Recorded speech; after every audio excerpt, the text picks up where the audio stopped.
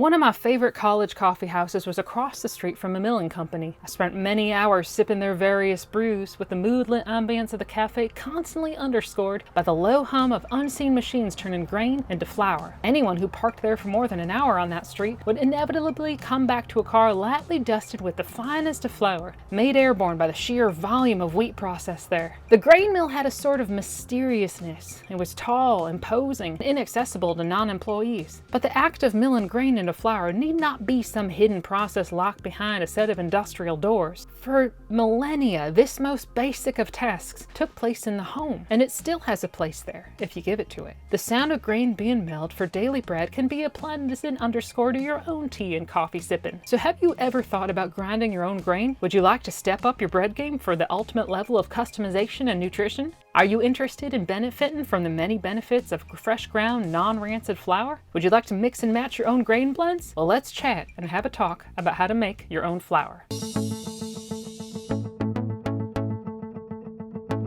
Grinding your own flour requires a little bit of investment at the beginning, but it more than pays for itself in the end. Wheat is a fairly cheap grain to buy, but the food it can make is both nourishing and filling. You can take the production of your daily bread back into your own hands with a few simple steps and tools. The quality of your homemade bread will be far superior to the store-bought stuff, and for a fraction of the price. Step number 1, find some whole grains for grinding. The first step to grinding your own flour is getting some whole grains to grind. I recommend organic grains to avoid the toxic glyphosate that's sprayed on conventionally ripened grains. Think they're impossible to find if you don't grow them yourself? Not so with a service offered by Azure Standard. This awesome company is a neat opportunity, particularly for us rural homesteaders with few store options, to let you go online, order bulk goods, and go to a nearby pickup location to collect your precious haul. If you can't find a drop point close enough to your home, you can have a little community coordination and contact Azure to set up one new one in your own area. Step number 2, prepare a food-safe place to store those grains. The next step of flour production is having a safe place to store all your whole grain. Food-grade 5-gallon buckets with a gamma seal lid are an excellent way to keep mice, bugs, and moisture from spoiling the food. Be sure to clearly label the buckets with the date and the contents to keep things neat and orderly. Contained safely, you can store your buckets in a garage or a basement until needed. Step number 3, invest in a grain mill and start grinding your grain. Next, you need to figure out how to somehow pulverize the whole grains into flour for your baking and cooking. There is a wide array of manual and automated grain mills available for your perusal. If you want the convenience of having mechanically ground flour, the highly rated Wonder Mill might be your style. But for those who don't mind a bit of a workout and want to grind flour off the grid, a manual mill with a flywheel like the Country Living Mill is an excellent choice for long-term flour production. Now, don't let the price of a new mill turn you off. Many barely used mills are available on sites like eBay or Craigslist at far more affordable prices. Being your own miller gives you the opportunity to mix and match your flour blends at will. Additionally, you can adjust the range of fineness to the grind to whatever you like. Want a coarsely ground porridge blend? The finest of flours for a tender pie crust? A multi-grain blend for some hearty dinner rolls? The flour world is now yours. If you're going to go through all the trouble of taking over your own flour production, keep one key in mind. Flour, particularly whole grain flour, can go rancid in as little as 5 days. Though it will require a little pre-planning, which is not a bad thing, you'll be best served by grinding only the flour you need for a project, and then you'll really understand the meaning of the phrase, the daily grind.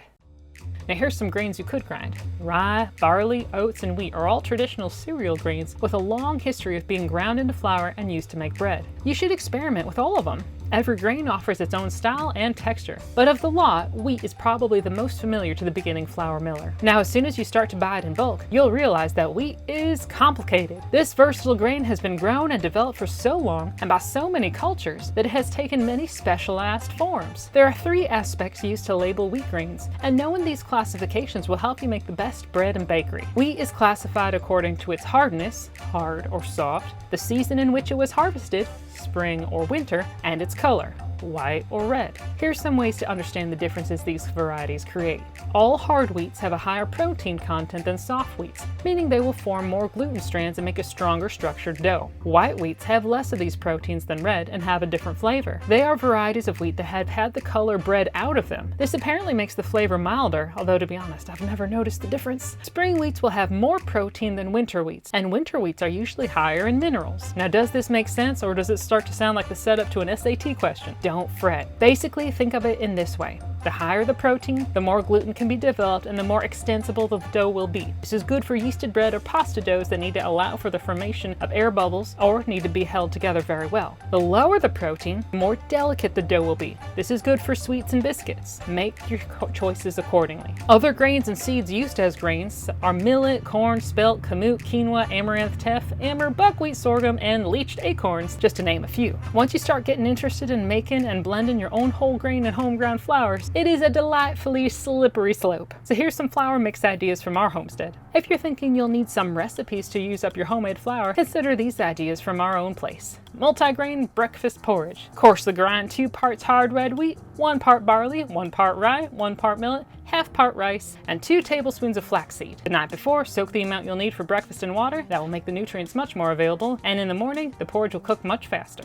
For one serving, boil 1 1/3 cup of filtered water with a dash of salt. Mix in ½ cup of the porridge mixture, stirring to avoid clumps. Simmer for 10 to 20 minutes, stirring to keep it from sticking to the bottom, and add in water as necessary for desired consistency. Serve with butter and maple syrup drizzled on top. For a gluten-free breakfast porridge, try this. Coarsely ground equal parts oat, millet, and rice. Soak ½ cup of the mixture overnight as with the porridge above. For one serving, boil a cup of the filtered water mixed with a dash of salt, a dash of nutmeg, 1 mashed banana, and 2 tablespoons grated coconut. Slowly add to the porridge mixture while stirring to avoid those clumps. Simmer for 10 to 15 more minutes, add more water as necessary, and you will have a lovely consistency. Here's our sourdough bread mix. This is my favorite flour blend for making our daily bread. It's a mix of 3 parts hard red wheat to 1 part rye. This hard red wheat is ideal for bread, as its high protein content allows for good gluten development, and the rye handily absorbs water for a delightfully chewy crumb. With the long rise required for fermentation, you can even play with the texture of the flour. Grinding most of it at medium fine, but letting the remainder be coarse like the porridge mixture, will result in a hearty, toothsome crust that will satisfy. This mix, when ground as finely as you can manage, also makes a pliable but strong dumpling dough. It holds up well for cooking delicious pierogies, making whole wheat pasta, or for steaming whole wheat Chinese dumplings. Here's my cookie, biscuit, pie crust, and or brownie flour. Now, unlike my bread mix, I opt for soft white wheat for most of my pan-based or sweet baking. These pearly grains grind much softer and more finely, which makes for a more delicate crumb for sweets. Additionally, the lower protein content of soft white wheat doesn't form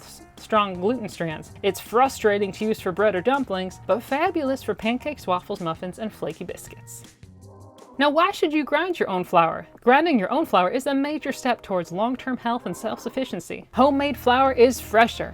First, you gotta consider the freshness factor. There's no way to know how old the flour in the store is, but you can be sure that unless it's somehow ground on site and refrigerated, it's not the freshest. Just ground flour is a totally different material than stale store-bought flour. It's rich smelling, full of beneficial oils, and tastes much better. You can actually smell the difference. Breathe in the aroma of a handful of hard red wheat berries, and it smells like sweet graham crackers. Flour from a bag smells like the bag. Fresh ground flour is customizable. Second, you gotta consider the flexibility. Being able to have flour however you want, whenever you want, in the quantity you want is a huge culinary advantage. The quality and range of your kitchen's food production has the potential to skyrocket with this one simple change. It reduces your waste. Grinding your own flour reduces the waste produced by your house. The only packaging in this process might be the 25 or 50-pound bags used to bulk transport that grain. These bags are reusable and recyclable and can be used for tons of different purposes on the homestead. Homemade flour is better for you. This is the most important one to me. It's the nutrition factor. In my perspective, this is the most important benefit. Whole grain flours are vastly superior to the refined, bleached white flour. With its full complement of vitamins, minerals, soluble and insoluble fiber, antioxidants, and other beneficial phytochemicals, the whole grain bread naturally provides nutrients that, day to day, protect against diseases that have become chronic in modern society. Diabetes, several cancers, diverticular disease, and cardiovascular problems. Bread made from whole wheat provides significant amounts of essential minerals: iron, zinc, magnesium, manganese, selenium, some calcium. Recent research shows that dough fermentation unlocks those minerals from acid bonds. This is by Alan Scott from the excellent book, The Bread Builders. Making the switch to eating real, fresh, whole grain flour can make drastic health benefits in your life.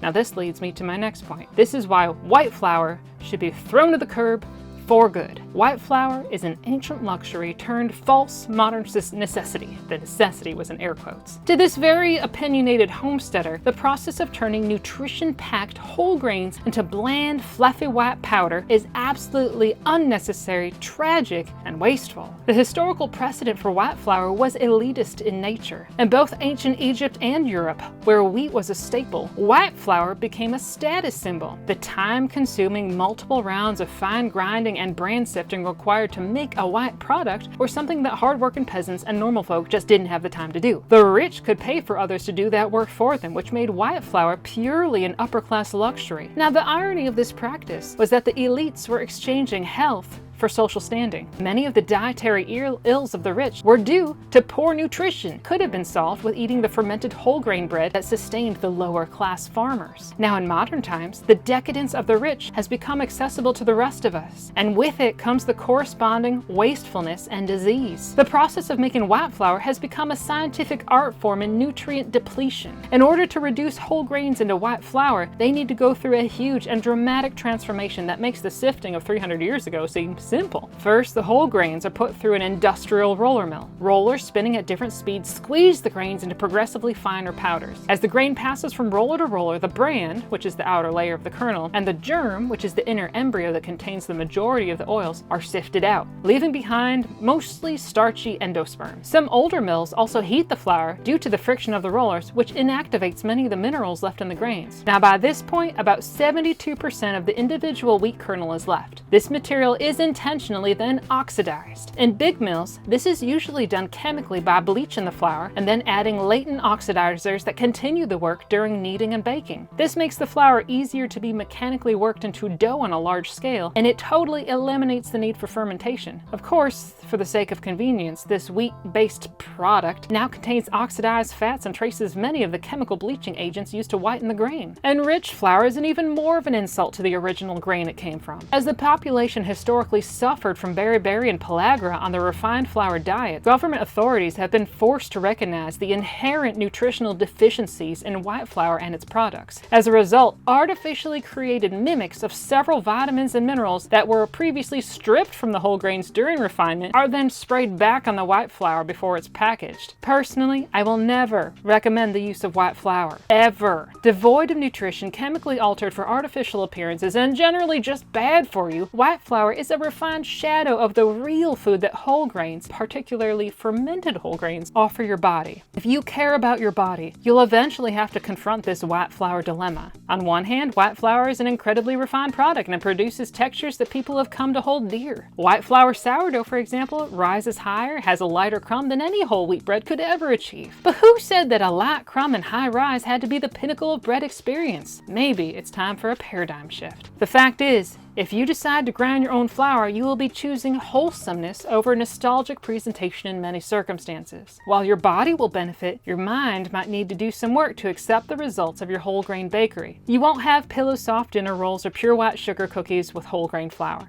but you will have better tasting bakery and better health. While you decide which one is most worthwhile, I'll leave you with these two quotes to consider. Since World War II, the food industry in the US has gone a long way towards ensuring their customers do not have to chew breakfast. The bleached, gassed, and colored remnants of life-giving grains are roasted, toasted, frosted with sugar, embalmed with chemical preservatives, and stuffed into a box much larger than its contents. Fantastic amounts of energy are wasted by sales and advertising departments to sell these half-empty boxes of dead food. William Duffy, Sugar Blues. Modern commerce has deliberately robbed some of nature's food of much of their bodybuilding materials while retaining the hunger-satisfying energy factors. For example, in the production of refined white flour, approximately 80% or 4/5 of the phosphorus and calcium content are usually removed, together with the vitamins and minerals provided in the embryo or germ. The evidence indicates that a very important factor in the lowering of reproductive efficiency of womanhood is directly related to the removal of vitamin E and the processing of wheat.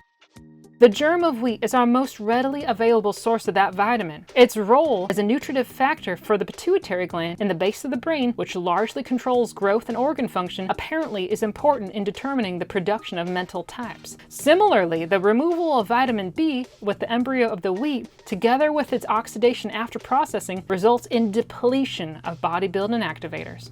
Weston Price, DDS, Nutrition and Physical Degeneration.